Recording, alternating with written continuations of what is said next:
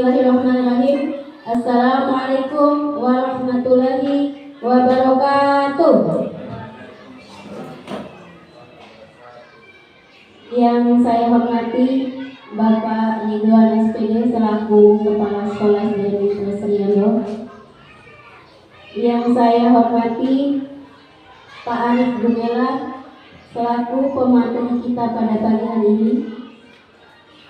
Serta yang saya hormati dan saya banggakan Bapak Ibu Dewan Guru yang sudah berkesempatan hadir ikut serta dalam partisipasi kegiatan diseminasi budaya positif. Puji syukur atas kehadiran Allah Subhanahu wa Ta'ala yang telah melimpahkan berbagai macam nikmat kepada kita semua, terutama nikmat iman, kesehatan, lebih-lebih nikmat kesempatan, sehingga kita masih bisa dipertemukan dalam bulan yang sederhana ini. Salawat dan salam tidak lupa pula kita haturkan kepada junjungan alam Nabi besar Muhammad SAW, Nabi yang telah mengubah peradaban zaman dari zaman jahiliyah menuju zaman yang Islami. Dan atas perjuangan beliau pun masih kita imani sampai pada pagi hari ini. Adapun beberapa manual acara yang akan kita lalui pada pagi hari ini. Yang pertama, pembukaan. Yang kedua, menyanyikan lagu Indonesia Raya. Yang ketiga, sambutan kepala sekolah. Yang keempat, pemaparan materi diseminasi budaya positif. Yang kelima, usul saran, dan yang terakhir adalah penutup. Baiklah, untuk lebih barokahnya acara ini, mari kita buka dengan sama-sama melafazkan al-basmalah. Acara selanjutnya, mari kita menyanyikan lagu Indonesia Raya. Untuk para hadirin ada tamu undangan, dimohon untuk berdiri.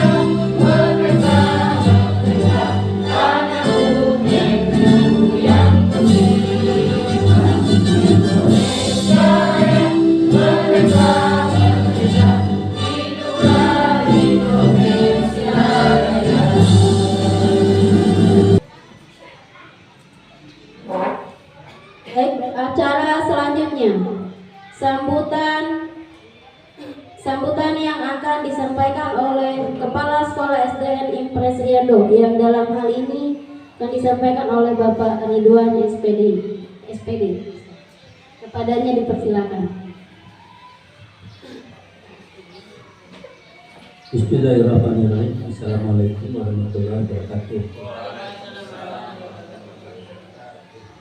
Alhamdulillah rabbil alamin, wassalatu wassalamu ala asyrafil anbiya'i wal mursalin wa ala alihi wa sahbihi ajmain. Bapak Ibu guru yang saya hormati, Mari kita panjatkan puji syukur kepada Allah Subhanahu wa Ta'ala karena pada pagi hari ini kita masih diberi nikmat sehat. Selawat dan salam mari kita kirimkan kepada baginda Allah, Nabi yang merupakan suri teladan bagi kita, terutama kita yang menganut umat Islam yang bisa menerima risalah yang dibawa oleh beliau. Bapak Ibu Guru yang saya hormati, pada hari ini adalah yang kedua kalinya kita melaksanakan kegiatan destinasi dalam rangka memenuhi persyaratan Bapak Arif Gumelar sebagai calon guru penggerak. Kita juga bersedia merasa bahwa kita punya utusan yang lulus menjadi calon guru penggerak. Mudah-mudahan dengan kegiatan ini dan selanjutnya dan ketekunan beliau ini nanti bisa mengangkat derajat Estiando dalam rangka bersaing dengan sekolah-sekolah di sekitarnya, bahkan jauh di tingkat Kabupaten Bima bahkan provinsi dan nasional. Berikutnya yang menjadi fokus kita pada pertemuan yang kedua ini adalah diseminasi budaya positif. Dengan melihat judul ini, tema ini berarti pada Bapak Ibu Guru yang dibahas nanti adalah berbicara pada budaya positif, perilaku yang positif yang bisa kita tanamkan di sekolah ini. Jadi kegiatan ini akan menambah wawasan kita bersama beliau ini. Nanti akan disampaikan lewat materi beliau sebenarnya apa budaya positif itu yang perlu kita tanamkan kepada siswa-siswi kita di sekolah kita ini, supaya kita sekolah kita ini bisa tercapai sesuai dengan visi dan misi sekolah. Salah satunya adalah budaya positif. Bagaimana Bapak Ibu Guru menanamkan perilaku yang baik, terutama yang menjadi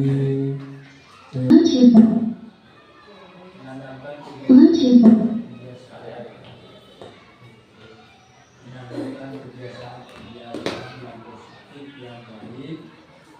Jadi kita hindari kebiasaan yang buruk. Oleh sebab itu saya harapkan pada partisipasi kita semuanya setelah nanti Pak Arif menjelaskan di dalam pemaparannya. Mungkin itu saja gambaran awal dari saya. Mungkin akan jauh lebih jelas nanti akan kita mendengarkan paparan dari Bapak Arif Gumelar yang sudah terpilih sebagai calon guru penggerak tingkat kabupaten Bima. Alhamdulillah, mungkin kabupaten Bima itu hanya berapa dari tingkat SD, sebenarnya tingkat SMP dan SMA. Mungkin itu yang bisa saya sampaikan. Saya hari ini mulai berhidayah.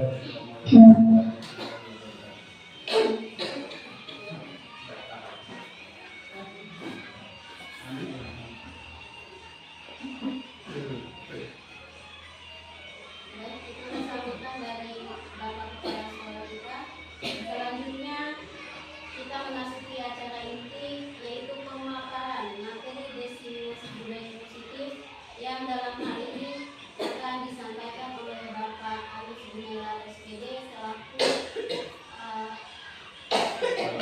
calon guru penggerak.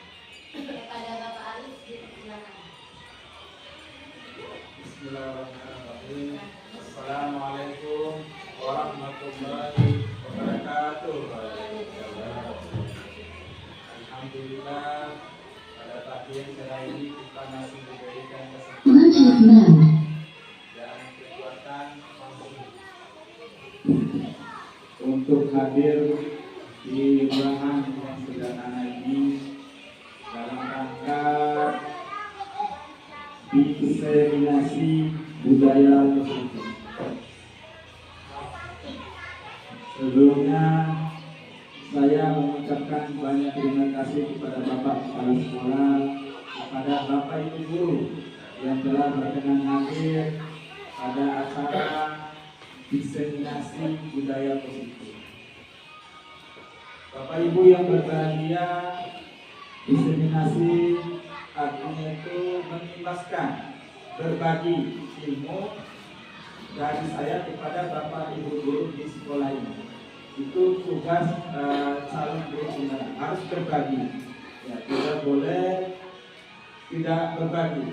Itu konsep dari guru penggerak yang kami peroleh melalui proses pembelajaran dari awal sampai saat ini. Bapak Ibu yang berbahagia, diseminasi budaya positif. Mungkin Bapak Ibu mendengar kata budaya positif.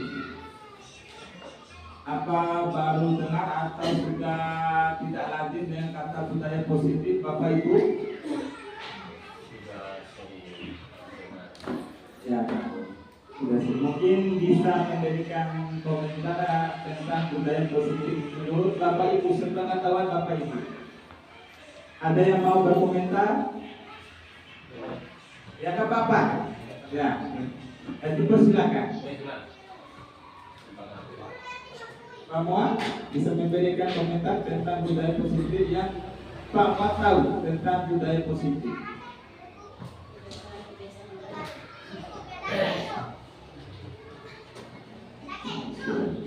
Terima kasih.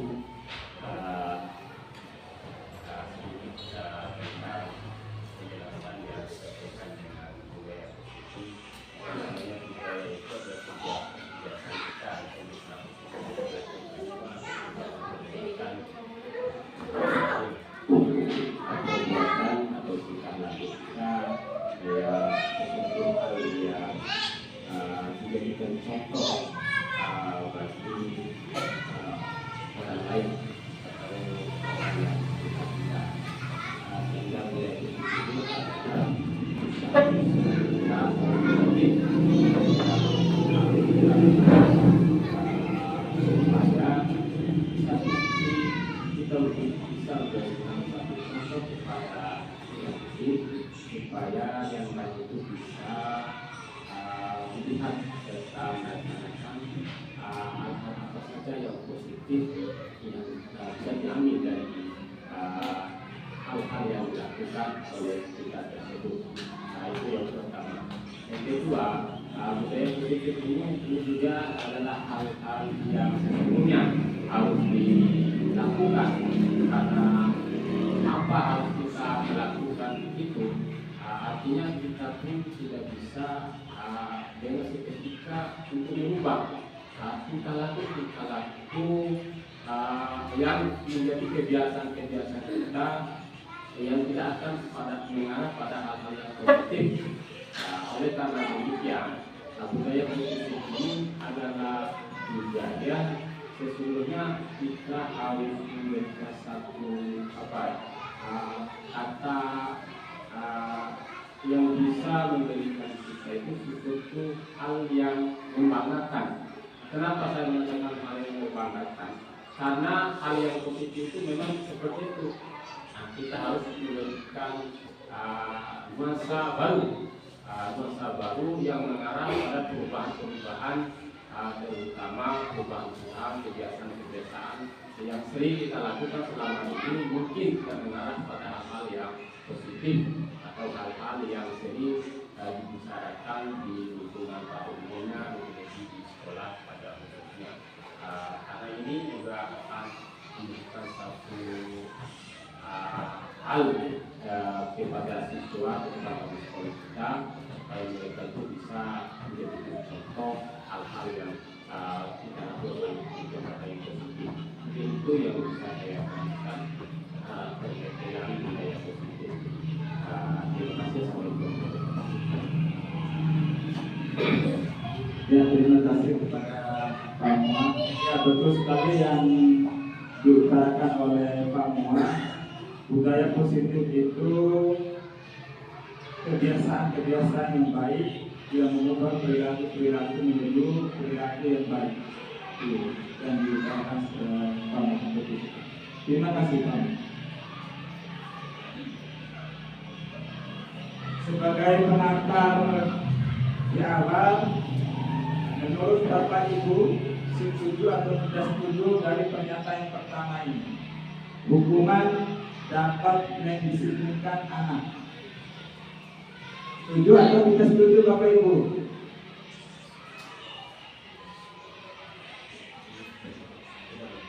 Setuju atau tidak setuju? Tergantung. Oke, ya tergantung. Berarti ada yang tidak setuju, ada yang tidak setuju. Oke. Yang kedua, pemberian hukuman dengan hal yang positif seperti disuruh membaca, disuruh membersihkan halaman, disuruh membersihkan WC. Apakah dapat meningkatkan disiplin anak? Ya, artinya setuju Bapak Ibu ya? Oke, setuju semua. Selanjutnya, memberi penghargaan, misalnya berupa hadiah, apakah dapat meningkatkan motivasi belajar anak? Setuju atau tidak? Setuju. Ya, nanti jawabannya setuju semua. Nanti untuk jawabannya nanti akan terlihat jelas pada pemaparan saya untuk selanjutnya.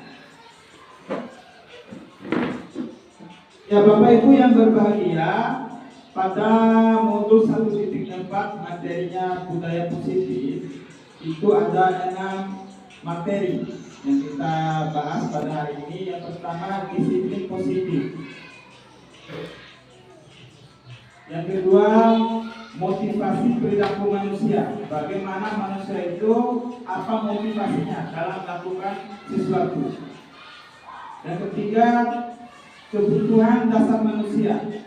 Setiap manusia pasti memiliki kebutuhan dasar. Nanti akan dibahas. Yang keempat, keyakinan kelas. Mungkin ini terdengar asing. Saya juga terdengar asing istilah keyakinan kelas.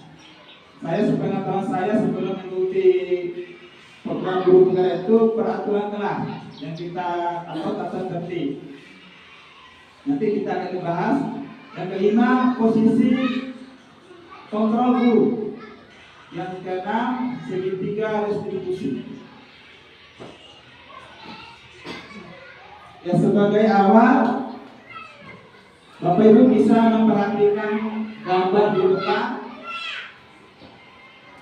Itu kalau diumpamakan yang memegang pistol itu guru, sedangkan yang di belakang itu siswa. Itu namanya teori stimulus respon. Yang kita ketahui sekarang, kalau kita sebagai guru memerintahkan kepada siswa, pasti siswa ikut. Itu namanya teori stimulus respon. Kita berubah pola pikir kita, paradigma berpikir kita. Dari sebelumnya kita memerintahkan siswa, nanti kita akan masuk pada teori kontrol. Yang pertama, ilusi guru mengontrol murid. Ini jelas, guru pasti punya hak untuk mengontrol murid. Ini untuk mengerjakan tugas, pasti siswa ikut mengerjakan tugas. Selanjutnya, semua penguatan positif efektif dan bermanfaat. Artinya apa di sini? Ini ada pernyataan yang keliru. Keliru pada umumnya kita tentang bagaimana hubungan guru dengan siswa. Dan selanjutnya ilusi, kritik dan membuat rasa bersalah akan mampu menguatkan karakter. Nah, kalau kita memberikan hukuman, memberikan bersalah kepada siswa, pasti akan menguatkan karakter. Itu pernyataan yang keliru. Dan orang dewasa berhak untuk memaksa, artinya guru berhak untuk memaksa siswa. Itu teori stimulus respon. Menurut Bapak Ibu, kalau guru memaksa siswa untuk mengerjakan sesuatu, bagaimana hasil Bapak Ibu? Kira-kira hasilnya optimal kalau dipaksa? Kira-kira tidak. Itu namanya teori stimulus respon. Kita akan merubah paradigma baru tentang teori kontrol. Kita masuk ke teori kontrol. Apa perbedaan antara teori kontrol dengan teori stimulus respon? Yang pertama, kita mencoba mengubah orang agar berpandangan sama dengan kita. Nah, misal kita dalam ruangan ini harusnya mengikuti kegiatan budaya positif hari ini. Nah, itu untuk mengubah pandangan orang. Lalu teori kontrolnya perbedaannya, kita berusaha, hanya berusaha, bukan pemaksaan di sini. Yang kedua, perilaku buruk dilihat sebagai suatu kesalahan. Itu pada teori stimulus respon. Kalau siswa yang buruk, pasti itu dinyatakan sebagai kesalahan.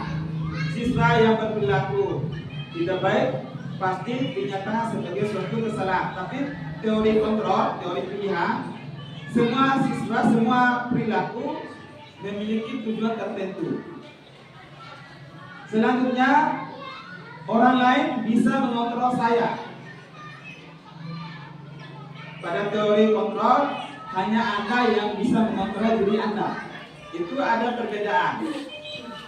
Apa maksudnya di sini? Guru dengan siswa tidak bisa dipaksa. Itu teori kontrol. Hanya Bapak Ibu bisa mengontrol dirinya sendiri. Saya ya hanya mengontrol diri saya sendiri. Siswa hanya bisa mengontrol dirinya sendiri. Selanjutnya, saya bisa mengontrol orang lain. Itu pada teori stimulus respon. Sedangkan teori kontrol, Anda tidak bisa mengontrol orang lain. Itu teori yang terbaru, itu dikemukakan oleh William Glasser dalam bukunya Restitusi Disiplin. Selanjutnya, pada stimulus respon, pemaksaan pada saatnya akan gagal. Tuh, pada teori sebelumnya stimulus respon. Dan teori kontrol, kolaborasi artinya kerjasama, konsensus ini kesepakatan bersama akan menciptakan pilihan-pilihan baru. Ya, saya jelaskan di sini. Teori stimulus respon, kita sebagai guru memaksa siswa untuk mengerjakan sesuatu, pastinya hasilnya pasti akan gagal, antara gagal dengan berhasil, kecil kemungkinan. Tetapi kalau kita teori kontrol, kerjasama, kolaborasi itu kerjasama dan kesepakatan bersama antara guru dengan siswa. Artinya guru dengan siswa itu harus bekerja sama melalui kesepakatan bersama antara siswa dengan guru. Lalu hasil, kalau pada teori stimulus respon, pasti ada yang menang, pasti ada yang kalah. Misal, tadi guru disuruh menyuruh siswa untuk mengerjakan sesuatu. pasti kemungkinan ada yang berhasil, ada yang tidak, karena itu paksaan. Sedangkan teori kontrol itu model berpikirnya menang-menang, artinya sama-sama terbaik. Ya, tidak merugikan guru, tidak merugikan siswa. Itu maksudnya teori kontrol, berpikir menang-menang.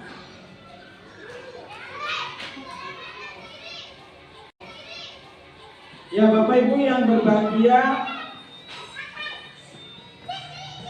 yang pertama kita akan bahas mengenai disiplin positif. Disiplin positif ini kalau kita lihat dari sejarahnya berasal dari bahasa Latin. Bahasa Latin itu bahasa dari Yunani, karena sumber ilmu pengetahuan kita itu dari bangsa Yunani. Ya, katanya disiplin itu dari kata disiplina, artinya belajar. Mana asalnya itu? Ada beberapa murid Sokrates dan Plato yang mengikuti gurunya. Itu awal mula dari kata disiplin. Lalu disiplin ini membuat orang menggali potensi menuju sebuah tujuan. Artinya siswa itu digali potensi bakat dan minatnya. Itu dari kata asal disiplin.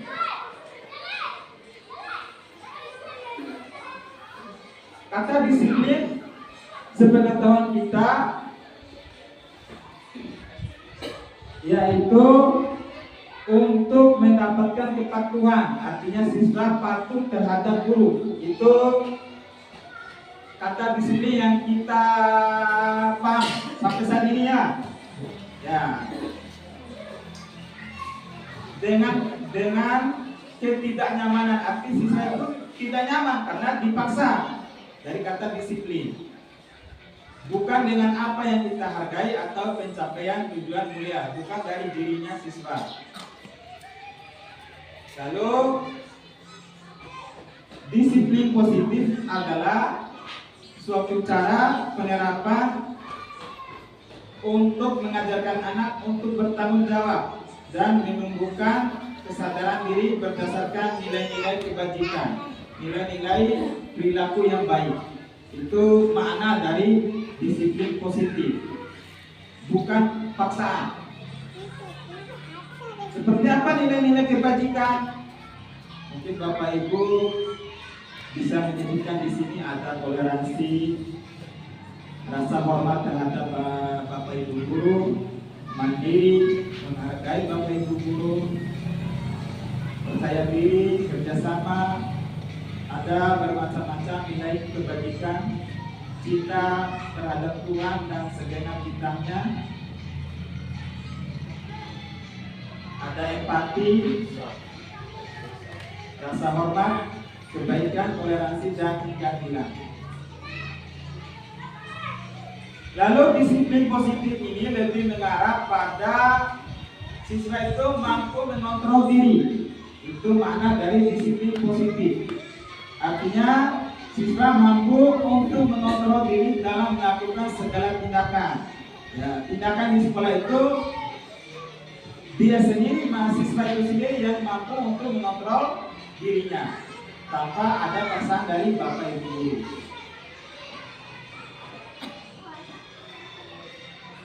Disiplin diri atau disiplin positif mampu membuat murid memahami dan menyadari berdasarkan motivasi internal, motivasi dari dirinya sendiri. Lain kau guru, itu maksudnya motivasi eksternal, bukan akibat paksaan, bukan akibat pujian. Pujian juga, bara si siswa cakap kerali, bagus, itu namanya pujian. Ya. Tapi disiplin positif di sini disiplin yang timbul dari dirinya sendiri siswa tersebut, atau bukan karena hukuman. Bisa ada siswa yang terlambat datang ke sekolah, lalu guru memberikan hukuman. Itu bukan disiplin positif, karena ada motivasi eksternal atau disuruh oleh guru. Itu namanya paksaan. Bapak Ibu yang berbahagia, selanjutnya motivasi perilaku manusia. Kira-kira Bapak Ibu pada umumnya ini semua manusia inginnya diperlakukan seperti apa, Bapak Ibu? Bisa mau berkomentar? Inginnya seperti apa, Bapak Ibu? Ibu Hada bisa memberikan tanggapan. Inginnya seperti apa? Kalau Ibu Hada itu? Sesuai. Nah, pada umumnya. Maunya apa, Ibu Hada?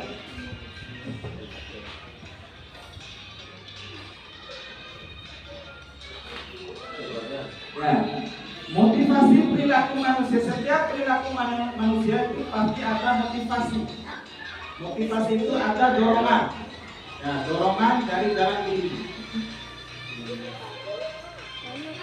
Motivasi perilaku manusia pada umumnya ada 3 kelompok di sini. Yang pertama, motivasi karena menghindari ketidaknyamanan atau hukuman. Bisa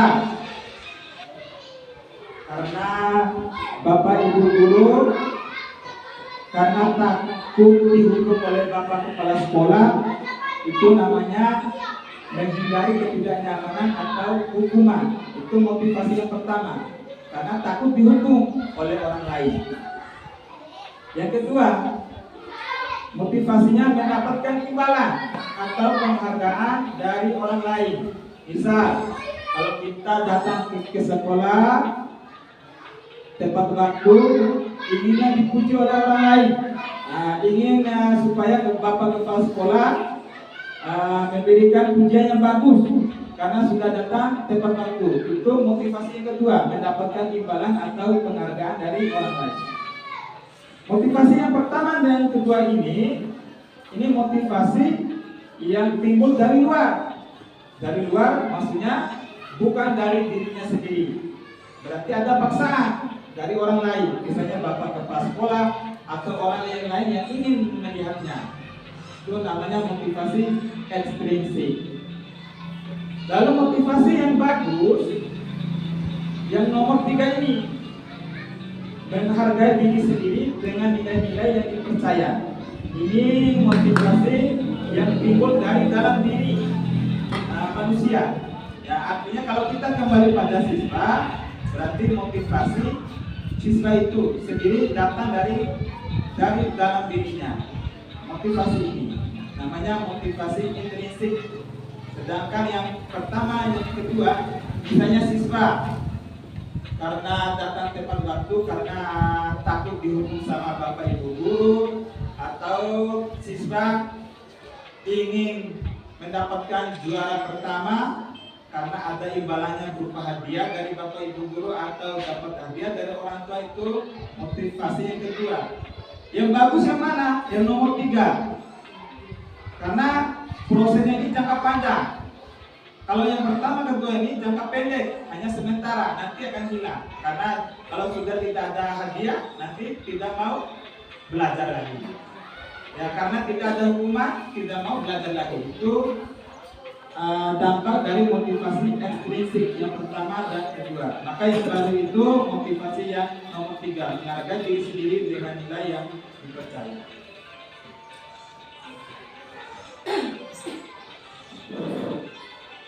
Kata Ki Hajar Dewantara merupakan bapak pendidikan kita, bahwa merdeka itu artinya tidak hanya terlepas dari perintah, akan tetapi juga cakap buat memerintah diri sendiri. Ya, artinya memerintah diri sendiri. Artinya yang bagus kita kembangkan di siswa itu motivasi internal. Kalau motivasi internal sudah tertanam di siswa, akan menciptakan disiplin positif siswa tersebut tanpa ada paksaan, tanpa adanya hadiah atau penghargaan dari Bapak Ibu guru. Ini yang bagus. Nah, untuk jangka panjang ya Bapak Ibu yang berbahagia, mungkin saya juga tidak setuju dengan pernyataan ini, bahwa hukuman dan penghargaan itu tidak baik. Kalau menurut saya itu baik, tapi kalau saya mengikuti program guru penggerak itu kurang bagus, hanya untuk jangka pendek. Tapi untuk jangka panjang itu dimohon untuk dikurangi. Ya. Bahwa penghargaan ternyata berlaku sama dengan hukuman, karena penghargaan dan hukuman ini bersifat motivasi ekstrinsik dari luar, ada paksaan dari orang lain, ya, bukan dari dirinya sendiri. Dampak dari pemberian penghargaan, yang pertama, penghargaan itu akan menurunkan kualitas. Setuju atau tidak setuju Bapak Ibu? Penghargaan, kita memberi hadiah di siswa akan menurunkan kualitas. Tidak setuju.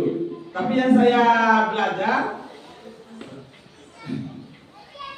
untuk jangka pendek malah bagus, tapi untuk jangka panjangnya kurang bagus. Karena siswa itu pengennya hadiah terus, tidak tidur dari dirinya sendiri.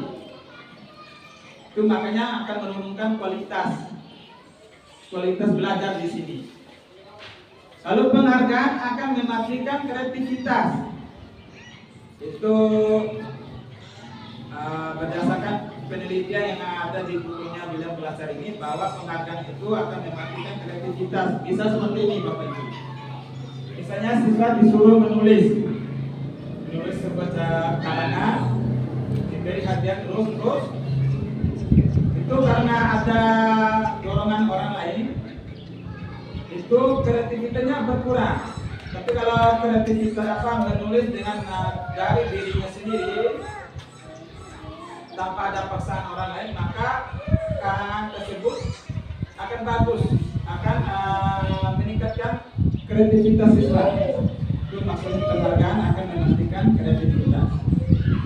Penghargaan ini juga akan mengurangi motivasi intrinsik. Bisa kita sebagai guru memberi hadiah siswa yang misalnya mendapatkan juara 1. Memberikan hadiah, terus misalnya ada siswa yang menjawab pertanyaan kita kasih hadiah misalnya uang 10.000, besoknya lagi kasih lagi uang 10.000, maka motivasi siswa itu akan berkurang dari dirinya, pengennya hadiah terus. Nah, itu maksud dari penghargaan, mengurangi motivasi intrinsik. Bapak Ibu yang berbahagia, ada sebuah contoh kasus. Misal di sini siswa sering tidak mengerjakan PR. Ada 3 komponen di sini, ada hukuman, ada konsekuensi atau sanksi, dan restitusi. Restitusi ini mungkin baru terdengar Bapak Ibu ya. Saya juga baru dengar karena setelah saya mengikuti program guru penggerak. Hukuman, contoh, siswa tidak mengerjakan PR. Nah, pasti guru menghukum siswa, misalnya suruh hormat bendera selama 10 menit. Lalu apa yang terjadi pada guru? Guru marah dan murid menjadi takut. Nah, tahu lama-kelamaan. Itu dapat dari hukuman. Kalau konsekuensi atau sanksi, guru memberikan konsekuensi untuk mengerjakan PR saat tidak atau dikerjakan sebanyak 3 kali lipat tugas tersebut. Apa dampaknya? Guru ini tegas dan siswa menghormati peraturan. Tapi yang bagus di sini Bapak Ibu, restitusi. Guru menanyakan keyakinan kelas atau dirinya untuk menyelesaikan permasalahan. Artinya guru di sini terbuka dan siswa menghormati dirinya sendiri dan orang lain. Itu perbedaan dari hukuman, konsekuensi, dan restitusi. Ya Bapak Ibu yang berbahagia, mungkin kita bisa menjawab ini salah, nggak apa-apa, tidak dihukum. Ya, yang pertama, mencatat 100 kali di dalam buku kalimat saya tidak akan terlambat lagi karena terlambat ke sekolah. Menurut Bapak Ibu, hukuman atau konsekuensi atau sanksi?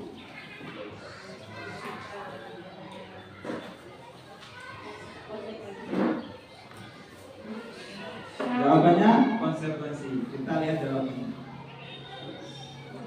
Hukuman. Ya, karena sudah dibuat oleh saya.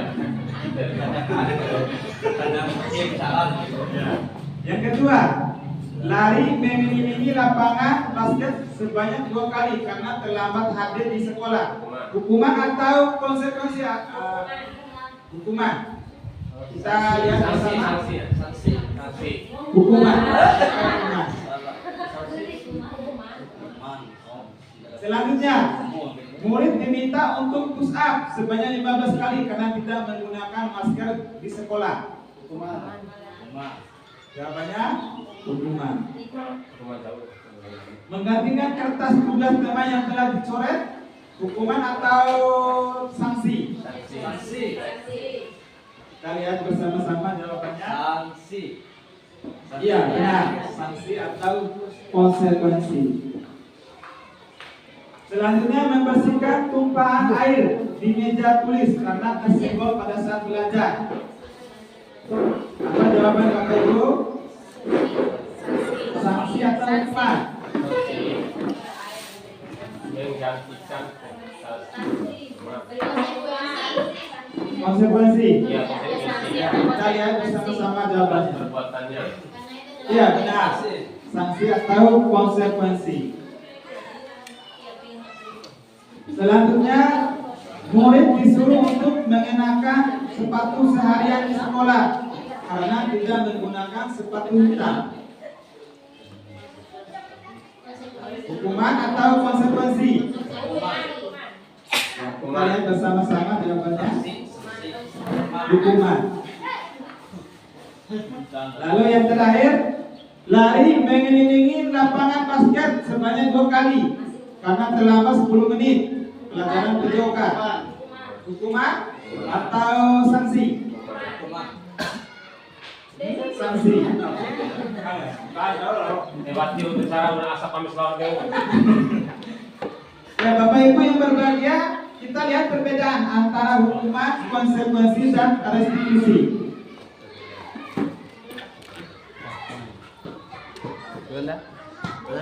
Kalau hukuman itu tidak nyaman untuk siswa atau anak didik kita untuk jangka panjang, itu perbedaannya. Kalau konsekuensi tidak nyaman untuk jangka pendek, nah, itu ada perbedaan antara konsekuensi dan hukuman. Dan restitusi menguatkan untuk siswa dalam jangka waktu yang panjang. Selanjutnya, hukuman ini korban mendapatkan keadilan. Kalau konsekuensi, korban bisa diabaikan. Kalau restitusi, korban mendapatkan ganti. Selanjutnya, murid akan tersakiti kalau pada hukuman. Guru senang di sini, murid tersakiti. Kalau pada konsekuensi, murid dibuat tidak nyaman, ya siswanya tidak nyaman. Sedangkan pada restitusi, siswa itu mendapatkan penguatan. Selanjutnya,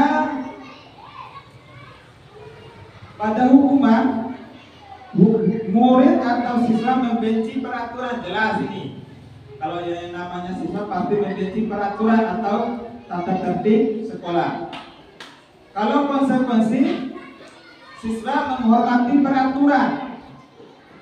Sedangkan pada restitusi, siswa menghormati dirinya sendiri dan orang lain. Ini yang terbaik. Menghormati dirinya dan orang lain. Orang lain di sini maksudnya Bapak Ibu guru, saling menghargai. Sedangkan pada hukuman sifatnya itu negatif. Sedangkan konsekuensi bersifat netral dan restitusi bersifat positif.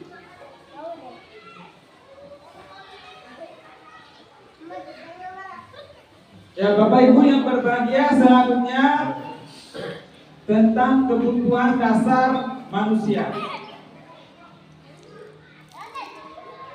Kira-kira Bapak Ibu butuhnya apa? Ada yang mau berkomentar? Ibu Erni?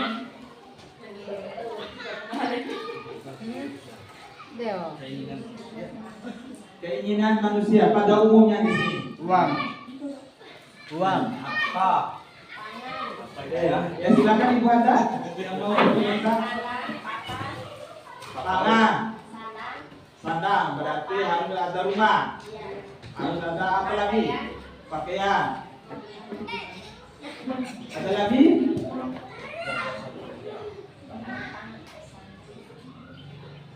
Atau Ibu Sula? Maunya apa Ibu Sula itu? Mau menikah Ibu Sula? Ya. Ibu Sula maunya apa? Itu maksudnya kebutuhan dasar manusia. Bukan yang susah, pada umumnya manusia. Ya. Bisa disebutkan?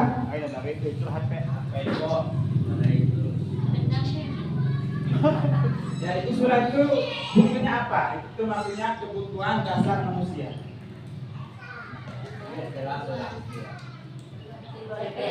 Ya, pokoknya banyak.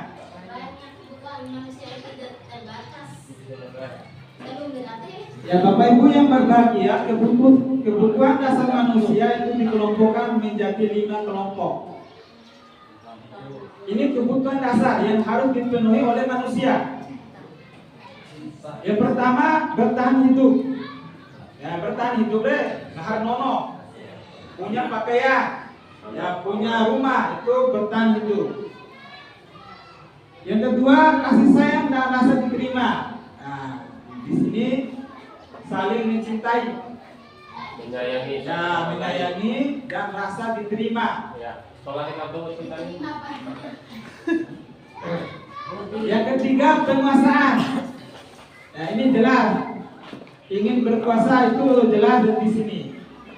Ya, seperti mau menjadi pemimpin, itu namanya kebutuhan dasar. Ingin menjadi pemimpin pemimpin di sekolah itu namanya kebutuhan dasar manusia yang harus dipenuhi. Kebebasan, manusia itu harus bebas. Ya, tidak boleh dikekang di sini. Ya, tidak boleh dibatasi. Selanjutnya kebutuhan dasar manusia itu kesenangan. Manusia itu pengen senang, sama seperti siswa pengen senang.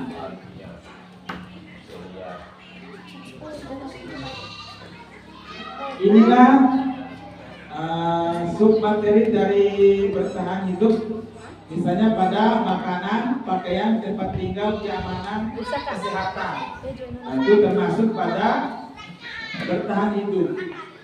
Kasih sayang, sama seperti siswa, Bapak Ibu, siswa itu pengen disayangi.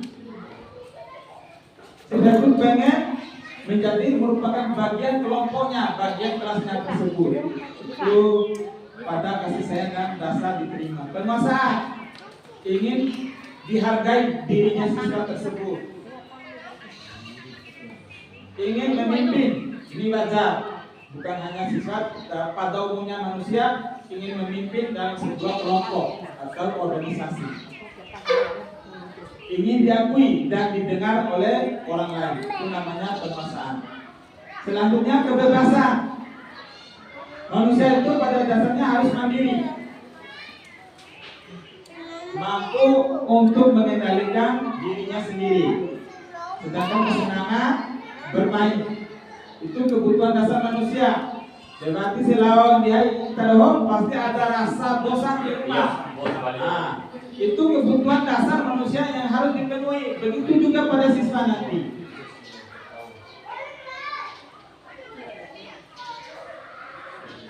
Kita kembali kepada siswa. Siswa sama seperti manusia pada umumnya harus memenuhi 5 kebutuhan ini. Ketika siswa salah satu tidak terpenuhi, maka akan melakukan perilaku negatif di sekolah. Misal, siswa ada yang mengganggu teman, berarti di rumah itu kurang rasa diterima dan kasih sayang. Ya, itu pengennya maka itu kita sebagai guru, peran kita itu memberikan perlakuan kepada siswa yang kurang memenuhi kebutuhan dasar manusia itu dengan cara apa? Mungkin kita bertegur sapa, kita sayang kepada siswa tersebut atau suruh maju di depan kelas, itu merupakan salah satu cara kita sebagai guru. Oleh karena itu, permasalahan siswa itu pada umumnya itu pada kebutuhan dasar manusia. Ketika tidak terpenuhi salah satu, maka siswa itu akan melakukan hal-hal yang negatif. Misal, kalau ada siswa yang berkelahi, pasti ada kebutuhan dasar manusia yang kurang.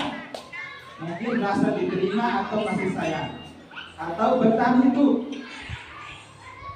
Barang siswa mau main sekolah pengahan, aku nalenga, nengahan atau apa, dia kepilihan itu termasuk ya kebutuhan dasar manusia. Bapak Ibu yang berbahagia, kalau mendengar keyakinan kelas, mungkin tidak asing atau sudah terdengar kalimat ini, atau baru saat ini, ya. Sama saya juga, saya baru mendengar setelah saya mempelajari modul guru penggerak. Tapi pada umumnya kita di sekolah itu mengenal istilahnya peraturan atau tata tertib. Ya, kalau peraturan Bapak Ibu sifatnya memaksa. Berarti guru yang membuat aturan, siswa harus mengikuti peraturan yang dibuat oleh guru. Kalau keyakinan kelas, ada kesepakatan bersama guru dengan siswa. Artinya siswa dan guru membuat peraturan bersama, harus disepakati bersama. Kalau sudah disepakati bersama, dapat tunggahin siswa, karena sama-sama sepakat, sama-sama menghargai orang lain. Siswa menghargai guru, guru menghargai siswa. Itu namanya keyakinan kelas. Mengapa tidak kata peraturan saja? Mengapa harus keyakinan kelas? Ya sama seperti tadi yang saya jelaskan. Kalau namanya peraturan itu ada paksaan.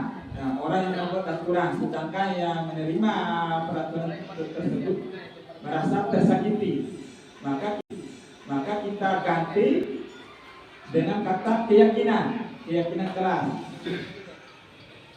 Mengapa perlu keyakinan kelas?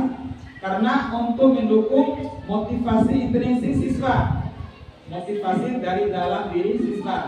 Karena sudah sepakat dengan Bapak Ibu guru setelah membuat peraturan, misalnya tidak boleh datang terlambat, harus disepakati antara siswa dengan guru. Kalau guru membuat peraturan, membuat peraturan, siswa tidak boleh datang terlambat, itu yang buat itu guru. Nah, siswa tidak tahu, suatu saat guru pasti memberikan hukuman. Keyakinan kelas adalah mewujudkan terbentuknya sekolah atau kelas dengan adanya kesepakatan antara guru dengan siswa di sini. Itu pengertian dari keyakinan kelas. Ini contoh keyakinan kelas. Keyakinan kelas ini kata-katanya kata-kata yang positif. Ya, kalau peraturan itu dilarang, itu kata-katanya negatif. Kalau pada keyakinan kelas itu kata-kata yang positif. Misal bekerja sama, itu kata-kata yang positif. Menjaga kebersihan kelas, mengerjakan tugas, itu kata-kata yang positif dalam keyakinan kelas. Ya, Bapak Ibu, untuk mengurangi rasa bosan kita sedikit dulu. Oke.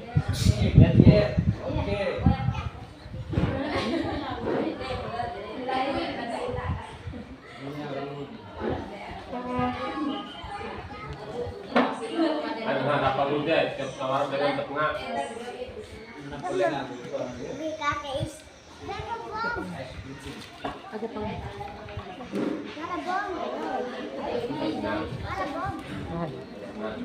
Ya, Bapak Ibu bisa untuk berdiri. Oke.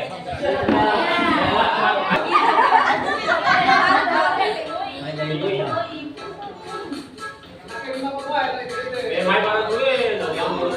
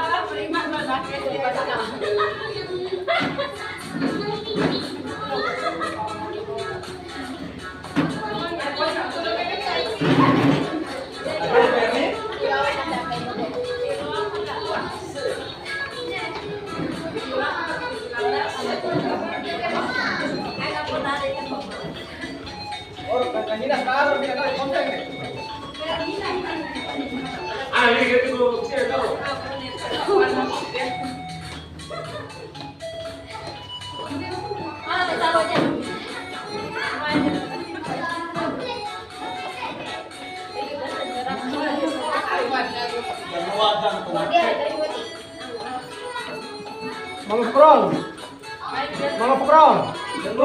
Tuh.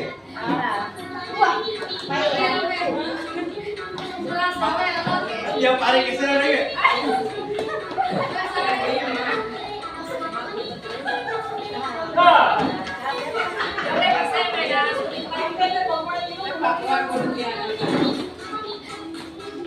Wajar dong mama pukul mina kan di konten ke. Udah dia tanah apa ada kisah.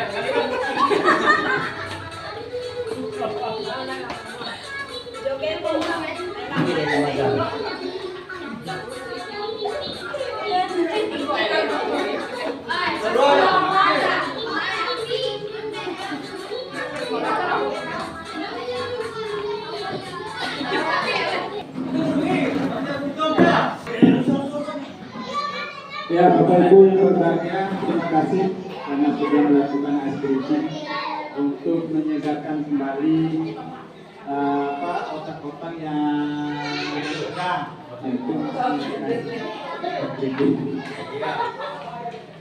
ya, Bapak Ibu yang berbahagia, selanjutnya posisi kontrol guru atau restitusi. Guru memiliki posisi dalam mengontrol siswa.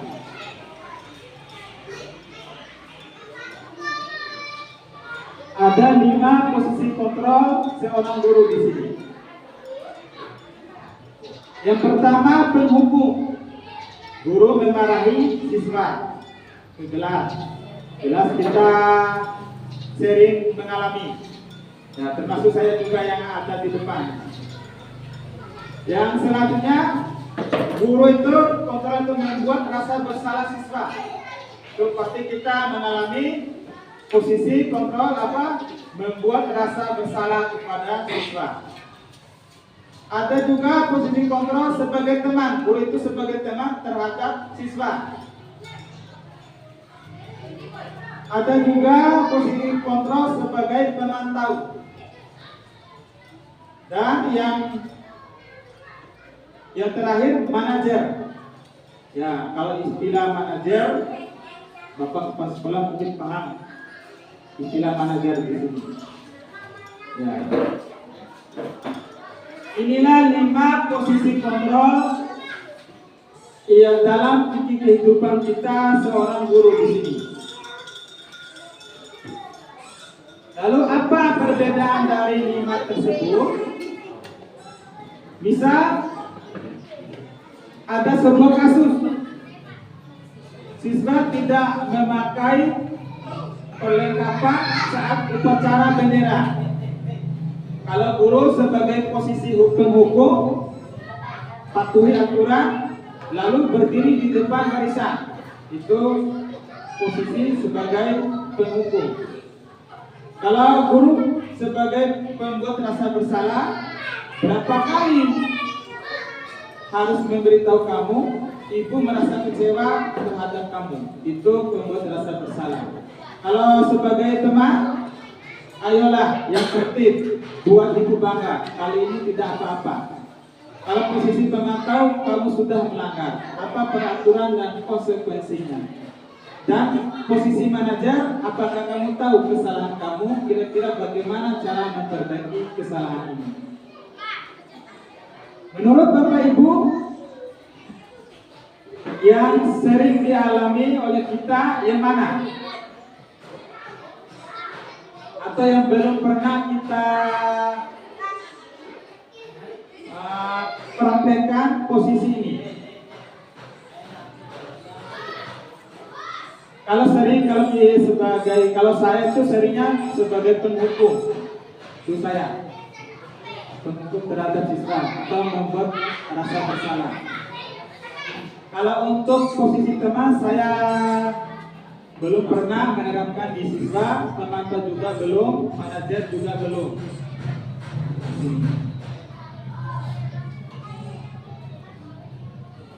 Maka posisi yang terbaik, posisi kontrol yang terbaik dalam modul guru perkara itu posisi manajer yang paling bagus untuk diterapkan di siswa untuk mengontrol siswa, posisi manajer.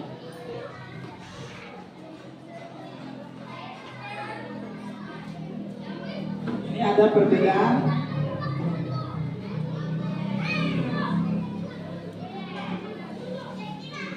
Kalau pada posisi penghukum, guru itu pasti membentak, nafica, lalu beres. Kalau penghukum, kalau pembuat rasa bersalah, pasti guru akan berceramah atau mengatakan saya kecewa terhadap kamu.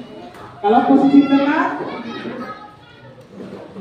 membuat alasan untuk muridnya, apa alasan kamu nak? Nah, itu posisi sebagai teman. Kalau teman tahu, narik bila kali kesalahan dan mengukur apa aja kesalahan. Sedangkan manajer mengajukan pertanyaan-pertanyaan. Tidak bentak sial, tidak bincang.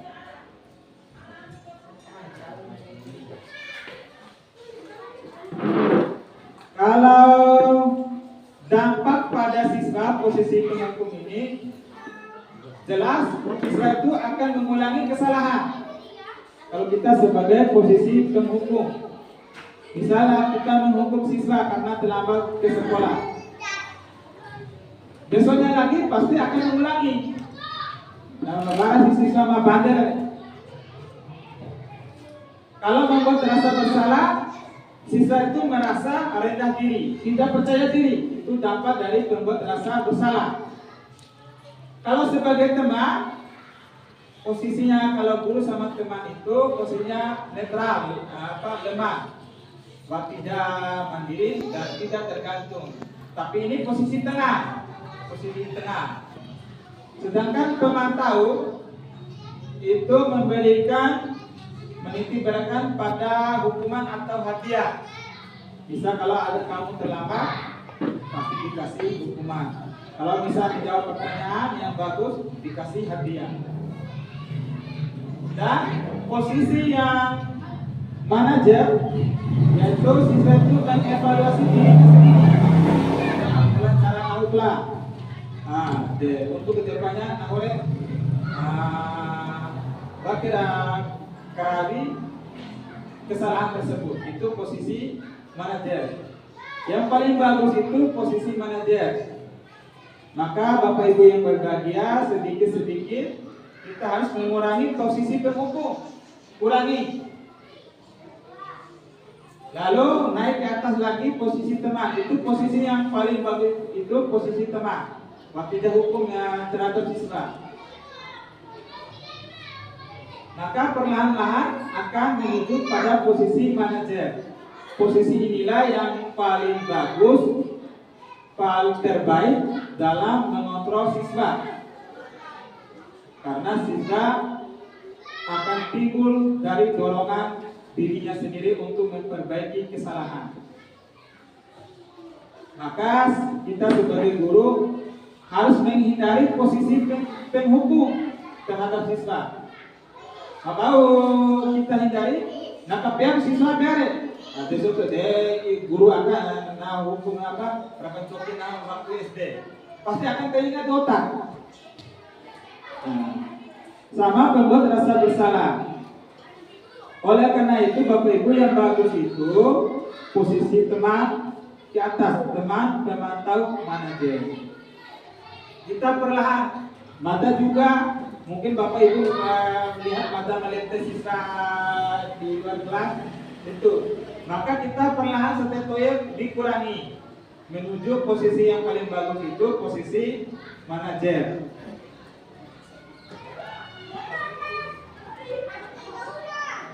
Di antara kelima posisi kontrol, sebaiknya seorang guru itu menggunakan posisi kontrol sebagai manajer. Sorry siswa, saya sebagai tugas kemarin sudah mewawancarai siswa yang tidak masuk sekolah. Itu mewawancari tidak menghukum. Mau dengan sekolah dari alasan dan makin melalia. Jadi namanya posisi manajer. Dan kemudian siswa materi perlahan-lahan kenari-nari. Ya, dengan pendekatan yang persuasif. Ya, maka kita sebagai seorang guru perlahan-lahan kurangi posisi penghukum. Tetapi hukuman juga itu ada dampak positifnya juga, itu tergantung. Tapi untuk jangka panjang itu kurang bagus dia kalau posisi penghukum dan membuat rasa bersalah. Selanjutnya segitiga restitusi. Restitusi ini merupakan karangan sebuah William Glasser membuat bukunya itu restitusi disiplin. Bahwa restitusi itu adalah proses menciptakan kondisi bagi murid untuk memperbaiki kesalahan mereka, sehingga siswa itu bisa kembali pada kelompoknya. Maksudnya kalau ada guru yang menghukum siswa pasti memiliki rasa rendah diri, wakil calon di kelompok tersebut. Itu maksudnya. Tapi kalau dikasih restitusi, maka akan kembali ke posisi semula, posisi berkumpul di kelasnya tersebut dengan karakter yang lebih kuat. Restitusi ini merupakan proses kerjasama yang mengajarkan siswa untuk mencari solusi untuk masalah siswa tersebut dan membantu siswa untuk berpikir tentang orang seperti apa yang mereka ingin menjadi tujuan kuliah dan bagaimana mereka harus memperlakukan orang lain. Itu di bukunya William Glasser tahun 2004. Bapak Ibu yang berbahagia, tahapan dalam segitiga restitusi ini merupakan suatu cara kita dalam menangani permasalahan siswa di sekolah. Ada 3 tahapan. Yang pertama, menstabilkan identitas. Yang di sini. Itu tahapan pertama. Desolim siswa. Berarti ini di kelas, di ruangan itu mana lebih bagus? Panggil di ruangan. Lalu disodira. Setiap manusia pasti melakukan kesalahan. Bapak juga pernah melakukan kesalahan waktu SD. Itu namanya menstabilkan identitas. Bukan hanya kamu saja yang melakukan kesalahan, itu pada tahapan menstabilkan identitas yang pertama. Yang kedua, validasi tindakan yang salah. Disodira. Maka udah mega ahli araden. Madam bisa baju baik. Nah itu menanyakan dulu apa penyebab dari ketidakhadiran siswa. Lalu yang tahap ketiga menanyakan keyakinan. Berdasarkan lima awal bangsa kalian mau siswa kan janji mau siswa bahwa harus main sekolah. Nah dia bicara bumi. Nah itu salah satu cara menanyakan keyakinan pada siswa. Kamu ingin menjadi orang seperti apa? Nilai apa yang telah disepakati bersama Bapak Ibu guru Bapak dengan kamu, dengan siswa yang kamu langgar? Nah, maka siswa itu akan merasa karena sudah bersepakat antara guru dengan siswa, maka siswa akan merasa bersalah. Maka akan mengakui kesalahan dan akan memperbaiki kesalahan tersebut. Itu pada menanyakan keyakinan.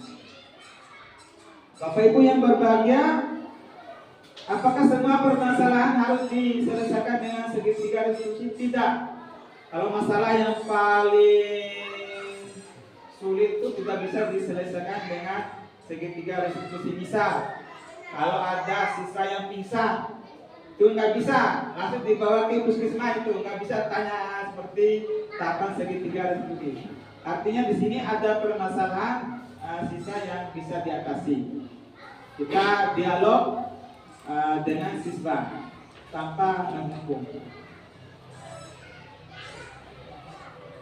Ya Bapak Ibu yang berbahagia, dapat ditarik kesimpulan dari hasil pemaparan dari pertama sampai terakhir di sini, bahwa perubahan paradigma itu kita harus menjunjung tinggi teori kontrol, teori pilihan dari buku karangan William Glasser tentang disiplin positif, bahwa semua perilaku manusia memiliki tujuan, agar tujuan tertentu manusia itu melakukan sesuatu. Yang pertama untuk menghindari hukuman, jelas. Yang kedua mendapatkan imbalan itu berupa hadiah atau penghargaan. Yang ketiga untuk menghargai diri sendiri. Itulah motivasi yang untuk menghargai diri sendiri ini yang paling bagus, yang terbaik, karena akan menciptakan nilai-nilai kebajikan seperti tadi, rasa hormat terhadap guru, berempati dan lain sebagainya. Maka akan timbul namanya keyakinan kelas antara siswa dengan guru. Bapak Ibu yang berbahagia, pada posisi kontrol guru yang nomor 1 dan ketua ini akan motivasinya untuk menghindari hukuman. Jelas, kita memberi hukuman terhadap siswa atau membuat rasa bersalah, motivasinya jelas, tujuannya itu menghindari hukuman. Lalu teman dan teman tahu pasti akan mendapatkan imbalan atau penghargaan. Lalu yang terbaik adalah posisi manajer. Posisi manajer ini dapat kita lakukan dengan menggunakan segitiga diskusi, dengan melakukan dialog terhadap siswa yang melakukan kesalahan tanpa adanya hukuman. Ya Bapak Ibu yang berbahagia, ataupun tindak lanjut dari kegiatan diseminasi ini, bahwa akan dibuatkan keyakinan kelas di tiap kelas. Kalau kelas rendah mungkin susah karena belum bisa sepakat antara siswa dengan guru. Mungkin pada kelas tinggi. Ya, saya mengharapkan Bapak Ibu wali kelas nanti saat pada menyiapkan kertas, menyiapkan alat dan bahan, nanti dibuatkan keyakinan kelas. Nah, Bapak Ibu wali kelas nanti sepakat apa ada membuat kesepakatan dengan siswa, nanti akan ditempel di depan kelas. Maka siswa akan mengetahui keyakinan kelas yang mana nanti untuk diterapkan, Bapak Ibu. Ya, ini akan ditindaklanjut nanti. Maka menyiapkan kertas dan perlengkapan Bapak Ibu wali kelas hanya membuat kesepakatan dengan siswa. Ya, Bapak Ibu yang berbahagia, mungkin demikian pemaparan dari Madam. Nanti kalau ada yang ingin bertanya akan pada sesi usul dan saran. Terima kasih kepada Bapak Ibu guru yang telah menyimak dari awal sampai akhir. Wassalamualaikum warahmatullahi wabarakatuh.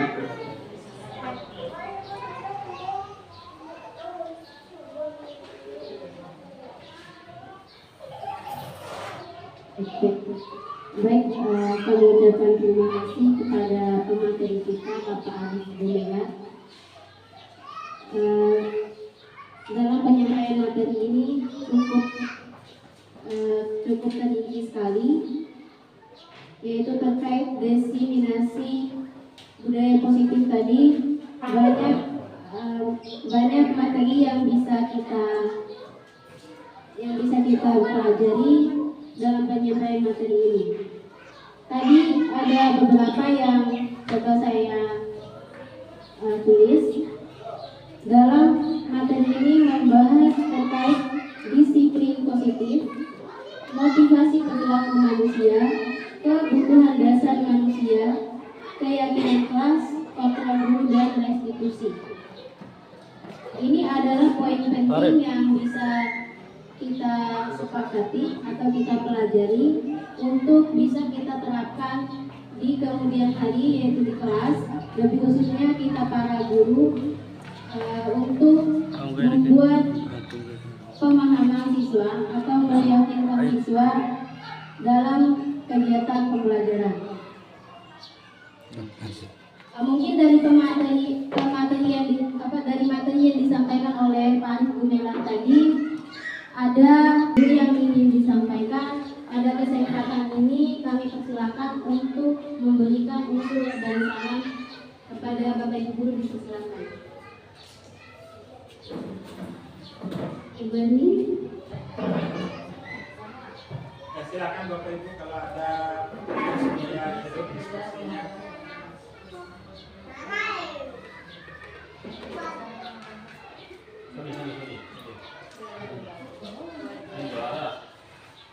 Ibu Fitri, ada yang ditanyakan?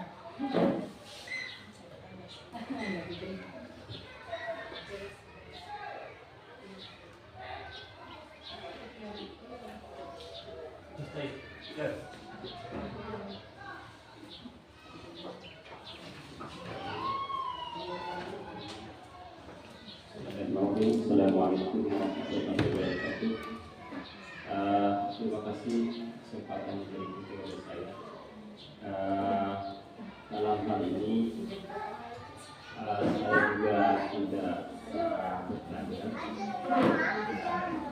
juga bersama, tapi ada hal-hal yang ingin saya sampaikan dari pemaparan materi budaya positif yang tadi yang dijelaskan secara rinci oleh Pak Arif Gumelar selaku guru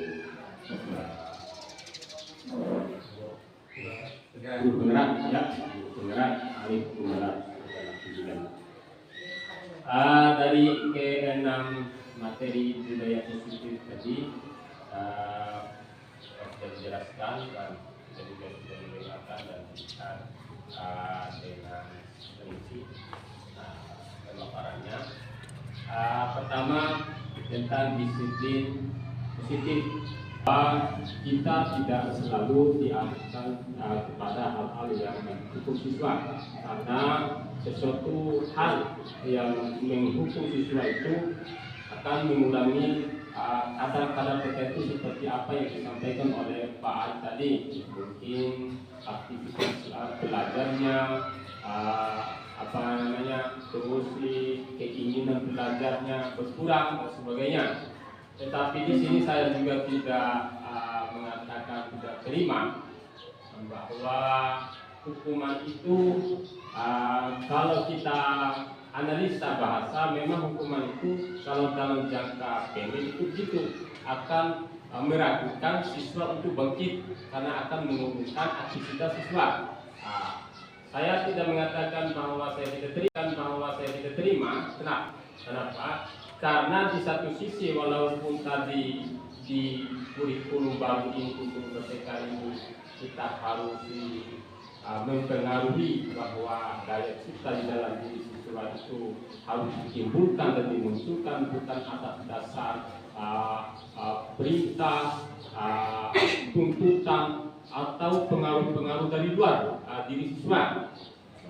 Bahwa yang kedua, bahwa kalau diberikan hukuman juga bisa berubah di dalam jangka waktu pendek. Kenapa saya katakan demikian?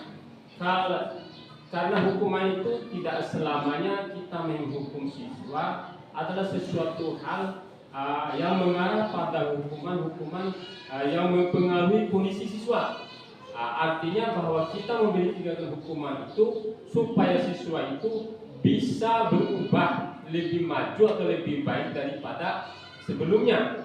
Artinya ketika sesuatu hal itu dengan terus dengan kata kutip jangan memberikan hukuman itu sesuatu yang mempengaruhi sesuatu yang membuat siswa itu lebih rendah, mungkin tidak bersemangat dan sebagainya. Tetapi berilah hukuman-hukuman itu yang lebih mengarah kepada hal-hal yang positif, sehingga hal-hal yang positif ini nanti yang diberikan dengan kata hukuman tadi bisa mempengaruhi siswa itu supaya ke depan yang lebih panjang itu, masa yang lebih panjang itu, sehingga siswa itu teringat bahwa inilah perilaku yang jelaskan diperlukan oleh bapak ibu saya di sekolah, kalau saya begini. Bukan berarti hukuman itu sesungguhnya kita mengatakan bahwa itu adalah sesuatu hal yang mengarah ke hal-hal yang negatif. Tetapi hukuman itu juga bisa mempengaruhi hal-hal yang positif dalam jangka panjang juga. Terus yang kedua tentang motivasi perilaku manusia. Jujur saja bahwa ini adalah dorongan bagaimana kita sebagai manusia itu berperilaku positif. Itu yang diharapkan secara bersama.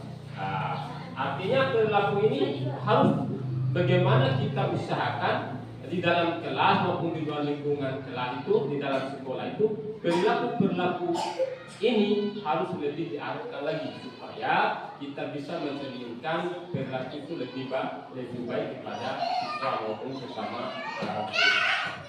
Itu saya akui. Kedua, yang ketiga kebutuhan dasar manusia, karena juga manusia itu membutuhkan kebutuhan tidak terlepas daripada tiga dana, yaitu sana, pangan dan sebagainya tadi. Karena itu adalah kebutuhan manusia seperti yang dijelaskan oleh Pak Arif. Terus keyakinan kelas. Kalau masalah keyakinan ini adalah kan kemarin kita juga sudah punya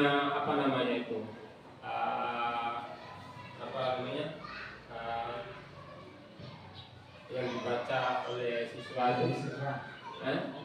Iya, dari siswa itu kalau seperti apa yang disampaikan Pak Ari tadi, kalau misalnya dari siswa itu adalah gimana ya, sama seperti keterangan-keterangan yang dibuat oleh guru tanpa ada kolaborasi dengan siswa seperti yang diutarakan tadi, itu keyakinan siswa. Sementara keyakinan siswa itu adalah kolaborasi antara guru dengan siswa atau kesepakatan yang dilakukan oleh bapak ibu guru dengan siswa di dalam kelas.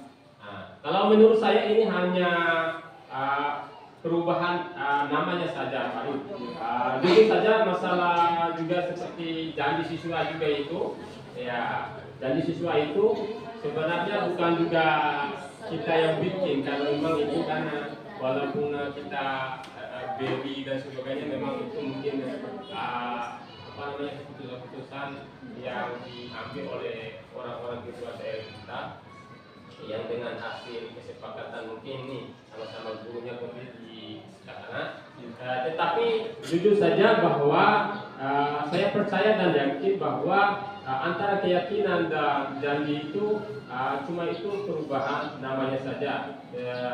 Tapi saya juga mengakui bahwa kalau istilah keyakinan di dalam kelas juga itu akan mengarahkan pada bahwa Bapak Ibu guru beserta siswa itu mampu melaksanakan secara bersama-sama apa yang disepakati di dalam kelas. Terus yang kelima, posisi kontrol guru. Tadi sudah disampaikan oleh Pak Arif juga masalah posisi kontrol guru. Ya. Bahwa ada beberapa tadi masalah posisi kontrol guru ya yang disampaikan oleh Pak Arif tadi.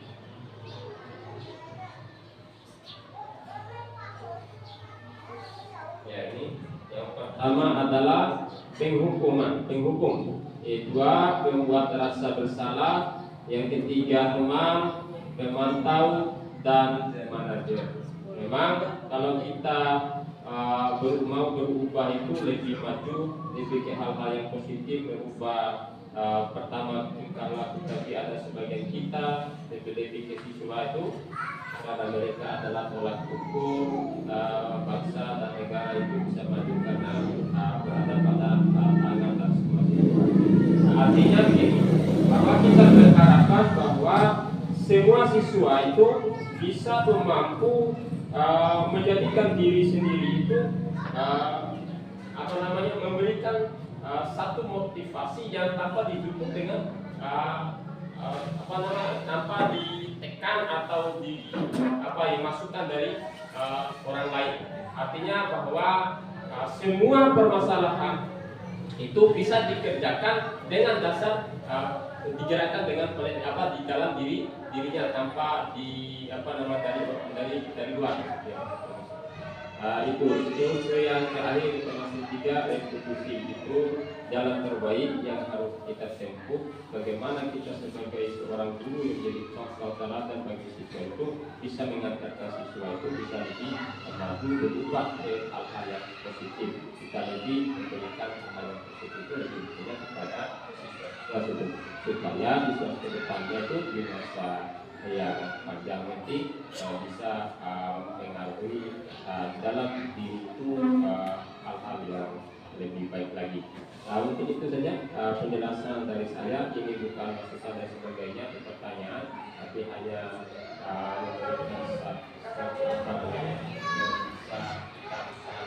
bersama ke depannya itu bagaimana kita itu lebih mengedepankan hal-hal yang positif itu pada hal-hal yang negatif. Karena tidak akan berimbas kepada siswa itu hal yang negatif. Ya itu saja mungkin dari saya. Semua itu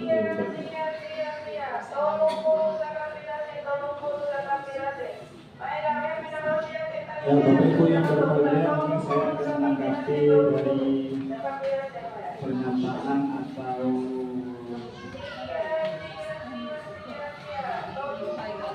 semangat hati Pak Muhammad. Yang pertama banyak sekali nih Pak Muhammad sampai 1 sampai 6. Ya. Ya. Yang pertama mengenai disiplin positif. Bahwa hukuman dan penghargaan itu dalam modul guru negara itu dikatakan sama. Hukuman dan penghargaan itu dikatakan sama. Bahwa Pak Muhammad itu mengatakan hukuman itu sebenarnya tidak setuju ya kalau hukuman itu jangka pendek ya, tidak juga berpengaruh pada jangka panjang ya. Tapi dalam modul itu kita diusahakan menghindari posisi kontrol, menghukum dan membuat rasa bersalah. Tetapi yang diusahakan itu posisi kontrol sebagai teman, pemantau dan manajer. Walaupun hukuman itu diberikan kepada siswa hal-hal yang positif, itu memang itu baik, tetapi dalam teorinya modul guru negara itu diusahakan untuk menghindari, untuk mengurangi. Karena untuk jangka panjangnya itu untuk motivasi intelijensi siswa itu yang harus dicapai oleh siswa untuk bisa menumbuhkan budaya positif siswa. Mengenai janji siswa, apa sama dengan keyakinan kelas? Kalau janji siswa itu ya memang itu dibuat bukan atas itu hanya bagian dari upacara pembayaran. Kalau keyakinan kelas itu berawal dari kelas. Keyakinan kelas itu harus disepakati di kelas tersebut. Misalnya kelas 7A, misalnya kelas 6. Ya kelas 6 antara guru dengan siswa itu membuat kesepakatan bersama, peraturan-peraturan bersama. Maka akan melahirkan keyakinan kelas. Mengenai janji siswa, ya itu secara umum untuk janji siswa itu nanti mengarah pada profil pelajar Pancasila sebenarnya. Itu secara umum, tapi lebih rinci lagi pada keyakinan kelas. Karena siswa yang melakukan kesepakatan dengan guru beserta siswa. Posisi kontrol guru sebagai pengukur, pembuat rasa bersalah, teman, pemantau, dan manajer. Ya kita semua mata juga masih sebagai posisi pengukur, maka kita usahakan hindari sedikit demi sedikit untuk mengarah pada posisi yang diharapkan di modul guru penggerak itu, posisi teman, pemantau, dan manajer. Posisi yang terbaik itu posisi manajer. Restitusi merupakan jalan terbaik bagi seorang guru untuk menyelesaikan masalah siswa. Ya, mungkin itu tanggapan dari Pak Moa. Bapak Ibu ada lagi yang mau berkomentar atau bertanya? Dipersilakan.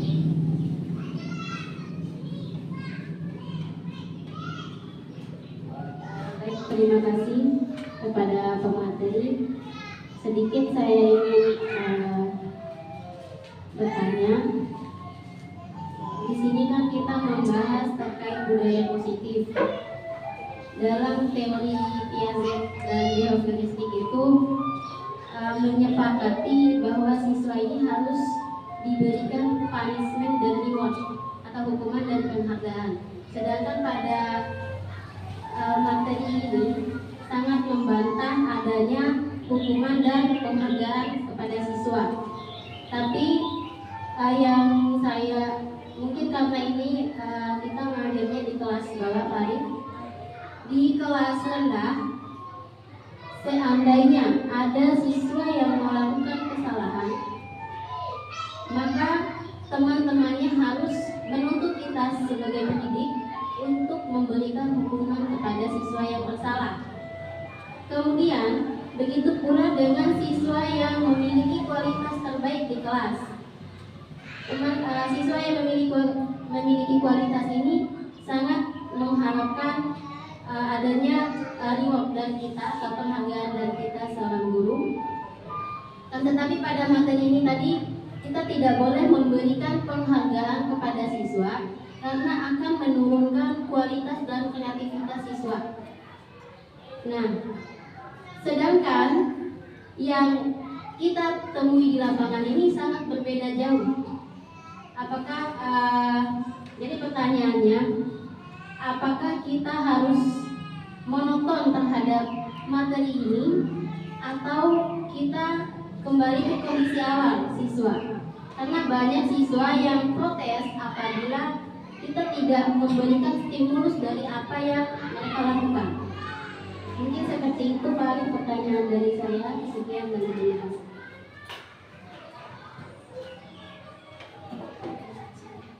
Ya, Bapak Ibu yang berbahagia, ada pertanyaan dari Ibu Sulastri bahwa teori Piaget, teori teoretik itu menekankan harus adanya punishment, hukuman, dan reward.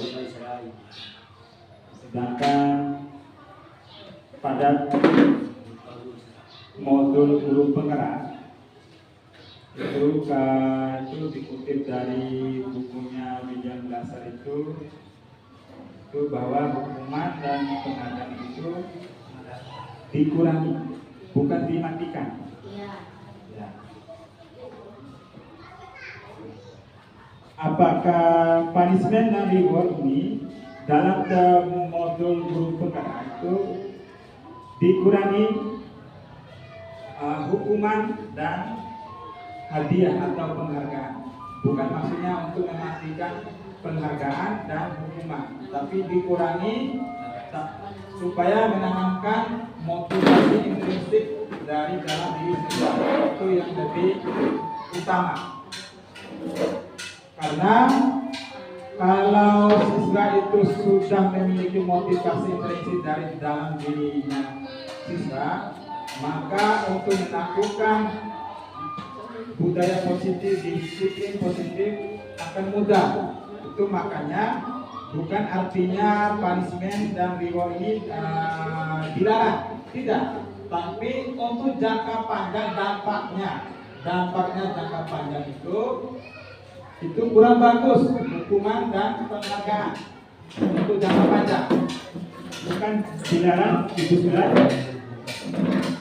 Tetapi dampak jangka panjang itu tidak bagus kalau siswa dikasih hukuman dan dikasih hadiah. Misal, bagaimana Pak? Setiap semester pasti ada dikasih hadiah. Itu boleh saja. Ya. Yang cuma yang dihindari itu, misal dalam kelas itu hari ini ada siswa yang bisa menjawab pertanyaan dikasih hadiah buku. Besoknya lagi dikasih hadiah buku. Artinya motivasi siswa itu akan berkurang. Waktu tahun tertenau, hanya ingin mendapatkan buku. Artinya adanya paksaan dari orang lain untuk belajar. Bukan artinya hukuman dan penghargaan itu dilarang, tetapi dikurangi untuk tujuan motivasi intrinsik siswa itu, supaya siswa itu waktu kau guru, waktu kau berjumpa nak tenang lalu pandai. Itu tujuan pokoknya dari hukuman dan penghargaan itu dikurangi. Nah, begitu. Selanjutnya mengenai bahwa penghargaan akan menurunkan kualitas. Kalau untuk jangka panjang, iya. Sama seperti tadi yang saya utarakan, bahwa hukuman dan penghargaan itu dalam jangka panjangnya itu tidak bagus untuk menanamkan rasa belajar siswa. Karena siswa itu pasti pengennya hadiah dan hukuman. Nah, tahu kalau dikasih hukuman oleh guru, oleh orang tua akan takut. Maka modul guru penggerak ini timbul dari dalam di seorang siswa tanpa ada paksaan dari guru atau bapak ibu guru. Itu tujuan pokoknya nanti, tujuan terpokoknya. Bagaimana dengan kebiasaan? Secara perlahan-lahan kita membentuk pribadi siswa itu secara perlahan-lahan. Ya, mungkin itu Bu Sula.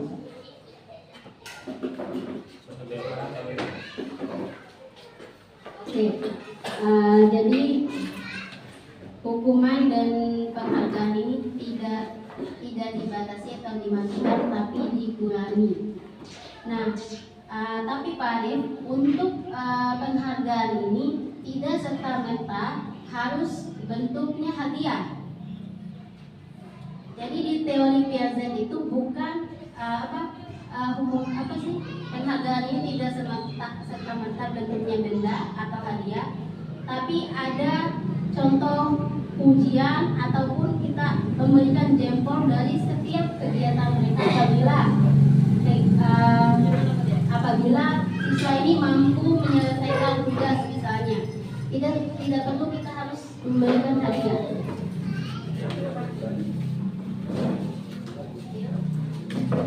Contohnya Hingga saja di kelas 2 tahun lalu, saya coba mempraktekkan penghargaan tersebut, bukan dalam bentuk benda. Misalkan siswa mampu menyelesaikan soal, kita gunakan tepuk jempol. Jadi karena temannya yang pertama tadi berani tampil dan bisa menyelesaikan soal dan dapat penghargaan dari tepuk jempol tadi, sehingga teman-temannya yang lain sangat terinspirasi dan memotivasi mereka untuk masuk ke depan dan menyelesaikan soal. Jadi menurut saya penghargaan itu tidak harus hadiah. Bisa kita memberikan pujian, bisa kita memberikan semangat, itu mereka akan termotivasi sendiri. Mungkin seperti itu. Atau ada dari Bapak Ibu yang ingin memberikan usul sarannya sebelum kegiatan ini berlanjut? Bismillahirrahmanirrahim. Assalamualaikum warahmatullahi wabarakatuh. Bapak Ibu guru yang saya hormati, kegiatan guru penggerak ini adalah bagian daripada bagaimana memberikan penerangan terhadap kurikulum merdeka. Jadi bukan hanya sekedar kegiatan yang biasa, tetapi ini kegiatan yang memang mengacu pada kelanjutan masa depan siswa dan guru-guru untuk selanjutnya. Oleh sebab itu saya harapkan setelah saya pelajari dua diseminasi yang sudah berlangsung ini adalah kegiatan yang memang memberikan informasi yang tepat untuk Bapak Ibu guru untuk selanjutnya berdiri di kelas menjadi seorang guru yang bisa melakukan tindak lanjut apa yang disampaikan di dalam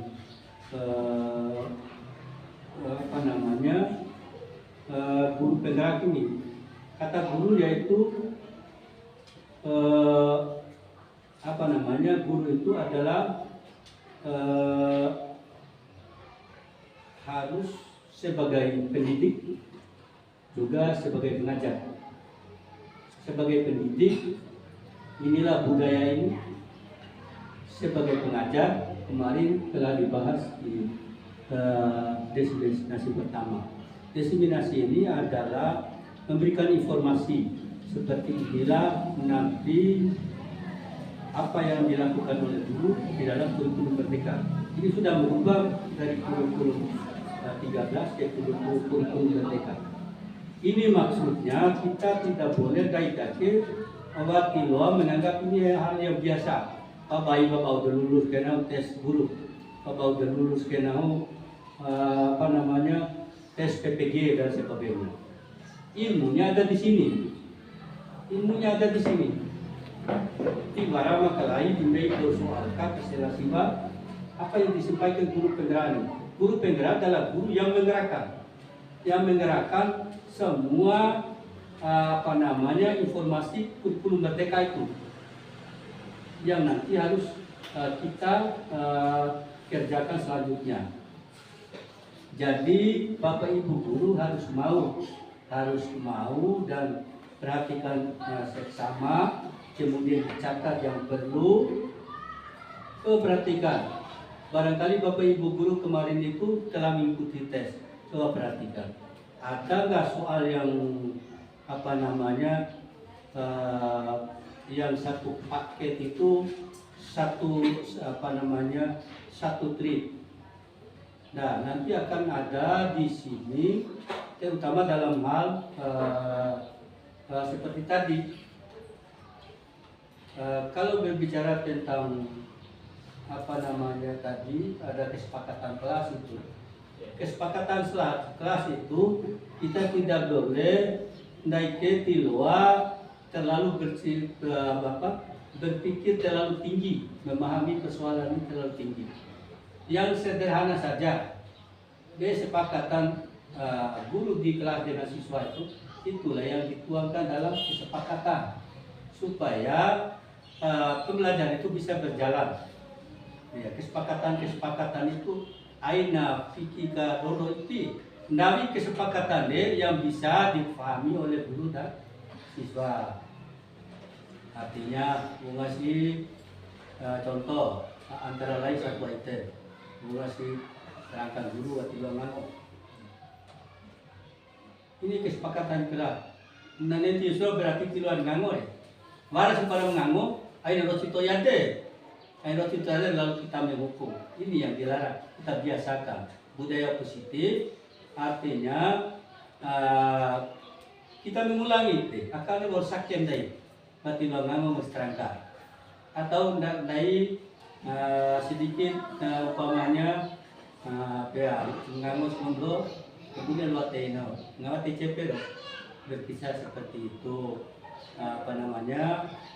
Kesepakatan kelas itu antara lain seperti tadi berarti lo nganggo menerangkan guru ngasih pak guru lagi kerami di latihan di papan berarti lo dengarlah umpamanya seperti itu. Kesepakatan itu akan beda dengan janji siswa. Janji siswa itu kadang-kadang sampai saya kurang paham bagaimana menjabarkan janji siswa itu karena itemnya terlalu banyak ya.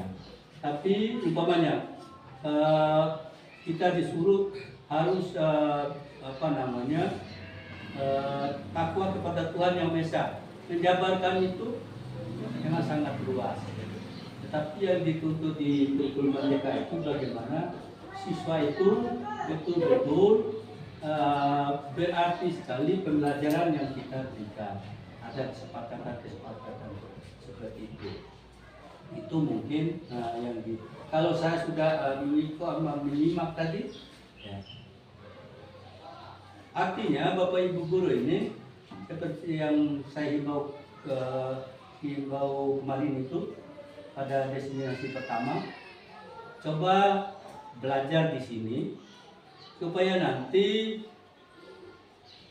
Bapak Ibu guru itu baru lulus kenapa orang lain yang masuk. Nah, hanya mengandalkan naik kalau tidak kembali dan sebagainya.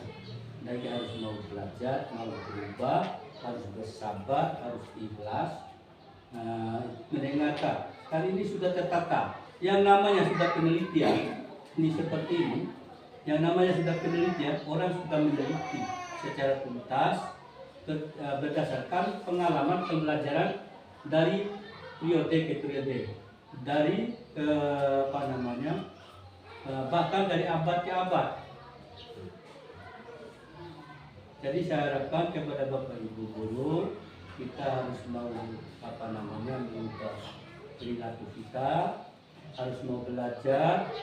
Artinya seperti harus aktif, seperti saya lihat Pak Yamin tadi begitu aktif, ya. Karena kita mau membuka sayap, mau mendengarkan, mau berubah. Umpamanya Bapak Ibu guru yang menjadi PPG, ini kita inilah nanti. Karena ini sudah diawali oleh guru penggerak kurikulum merdeka itu, ada guru penggerak yang menggerakkan semua guru itu dengan ilmu yang sudah tertata. Nah itu. Jadi itu harapan saya. Jika ada destinasi seperti ini, kita harus berlomba-lomba. Kita harus, saya juga senang adanya interaksi, dialog. Lebih kurangnya karena kita ini tema sejawat. Pak Arif juga adalah orang baru di guru penggerak, status calon.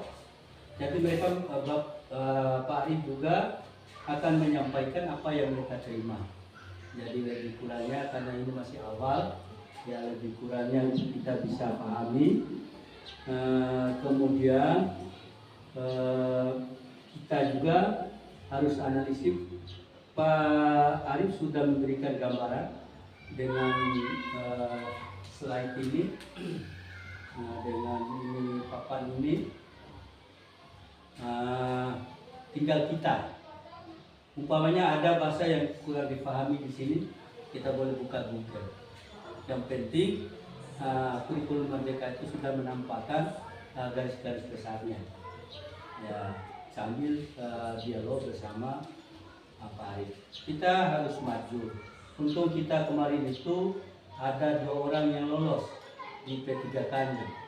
Nah, mudah-mudahan dengan adanya guru penggerak ini untuk tempat diskusi, masih ada lagi yang bisa lolos mengikuti PPG dan bisa lolos ke P3K karena materinya berkisar apa yang disampaikan oleh Pak Arif itu. Tinggal bagaimana kita mengembangkan. Mungkin itu tambahan saya. Saya akhiri. Semoga ini semua bisa bermanfaat.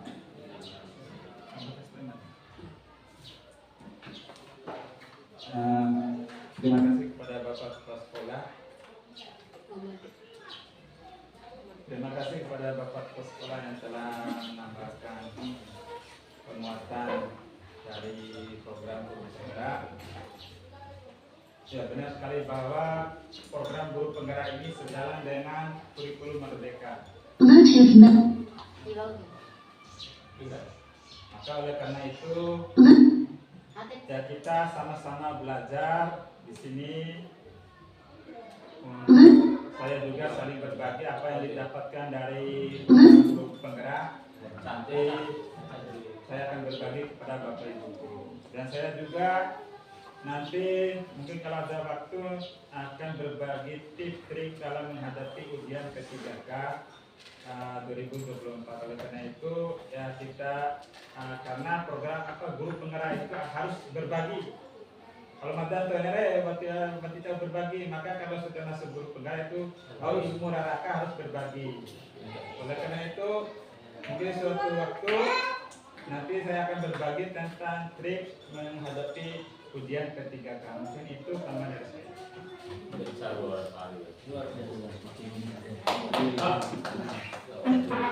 Baik, itulah pemaparan dari materi kita tadi. Ada banyak materi yang kita peroleh. Semoga ini menjadi manfaat bagi kita semua. Mungkin kita sudah di penghujung acara, yaitu acara penutup. Untuk menutup acara ini, mari kita sama-sama melafaz alhamdulillah. Assalamualaikum warahmatullahi wabarakatuh.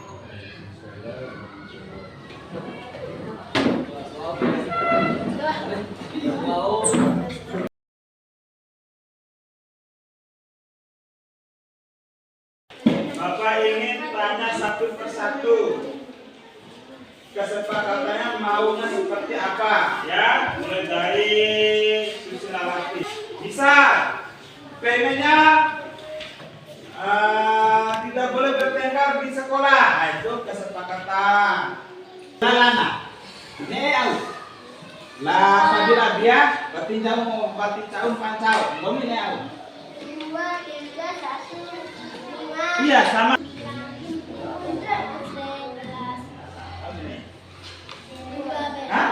Bernyanyi di kelas. Ada apa? Berarti pengennya berdoa kalau sebelum pelajaran. Apalagi? Tidak boleh berbohong.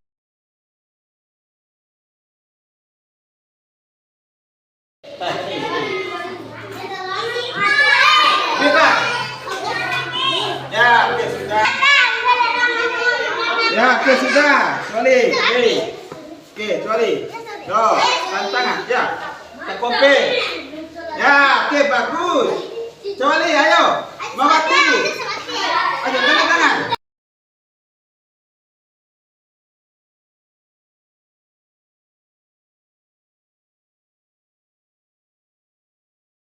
Guru telah menyediakan kertas ini, masing-masing satu saja.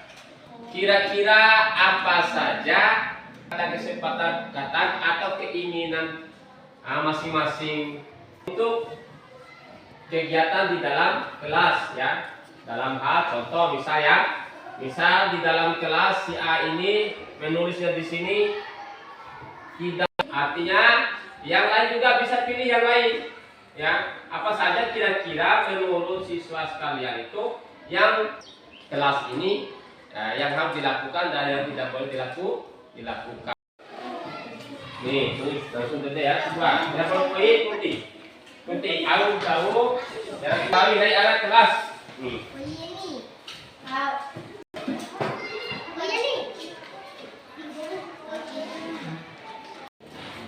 Peta ya.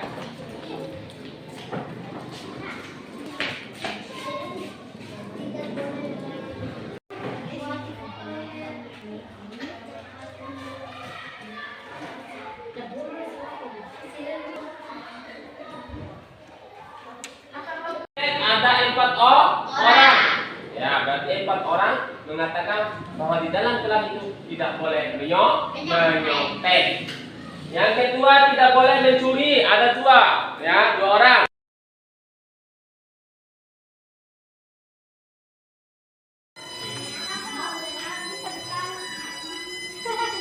Sampenan pertama kali sudah barang kaya-kaya kita.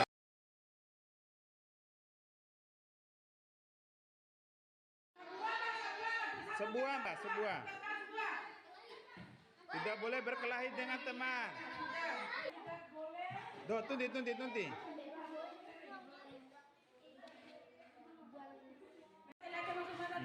Itu biar barang kertas naik. Biar, no.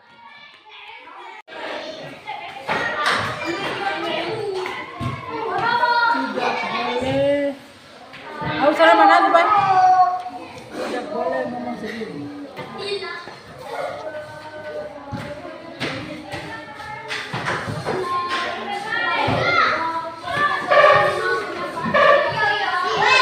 Tidak boleh ngomong saat guru gerakan lokal. Yang kedua, APK hasil dari pemikiran lokal atau tidak oke. Yang kedua, tidak boleh makan minum di kelas. Ya, seperti AKD. Tidak boleh kerja. Yang keempat, menghormati guru. Apabila keluar masuk selalu minta izin. Yang kelima, tidak boleh bermain di kelas. Ya. Dewa di makan hitam. Aku baru dulu.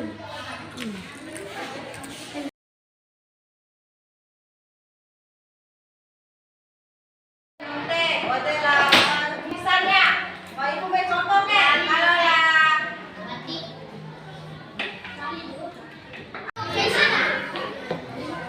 Tidak boleh berkenan. Tidak boleh. desa ini sanggup desa. Ah, itu buah-buahan.